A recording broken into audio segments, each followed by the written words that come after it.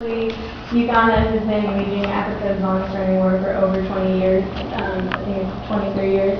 And Joseph Kony is the rebel leader, and he basically abducts children. He's abducted over 30,000 children to put them either in wars or they're soldiers, they're porters, or when the girls become sexual slaves.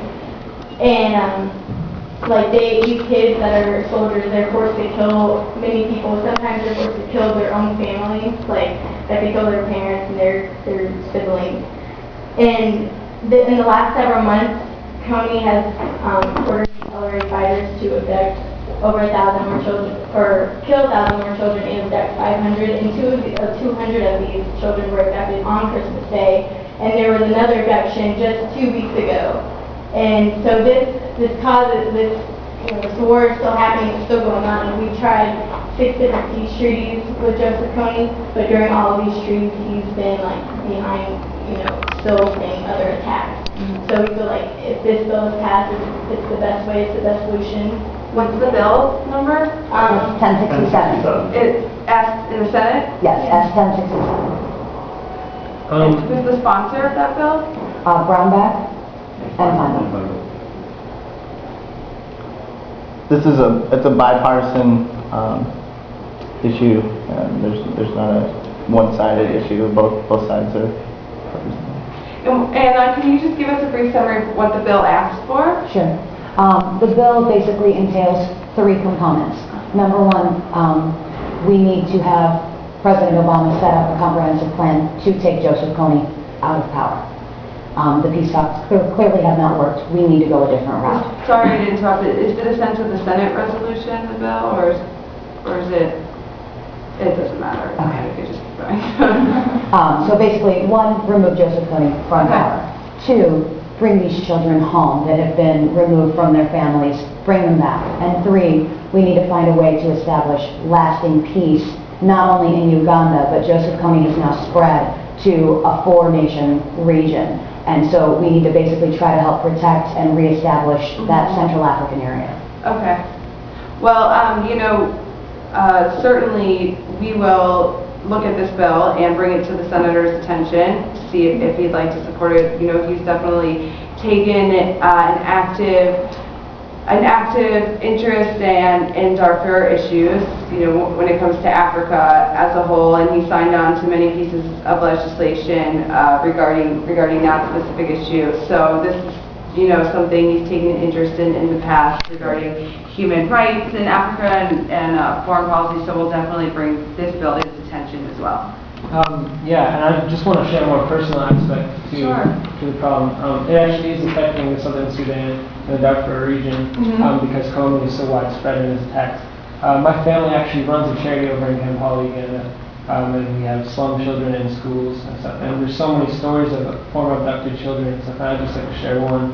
And it's this little girl named Deborah, and she's 5 years old now. But when she was 3 in her hometown, the LRA came to her town. They mutilated her parents in front of her and killed them. They burned her house down. They raped and killed her sister, and they abducted her brother and left her to die because she was too young to burn alone. So when I look into this little girl's eyes, Deborah, I'm just so passionate. I need to stop this. She's just one of the stories. She wasn't actually abducted. She's not one of the 30,000, but she's one of the hundreds of thousands of sisters, brothers, moms, and dads, friends, who've been affected by this in 4 countries: the DRC, Sudan, Rwanda, and Uganda.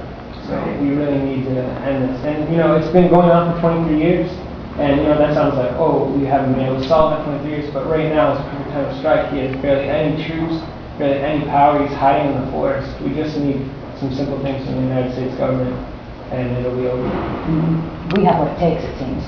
We have the logistical ability, we have the technology.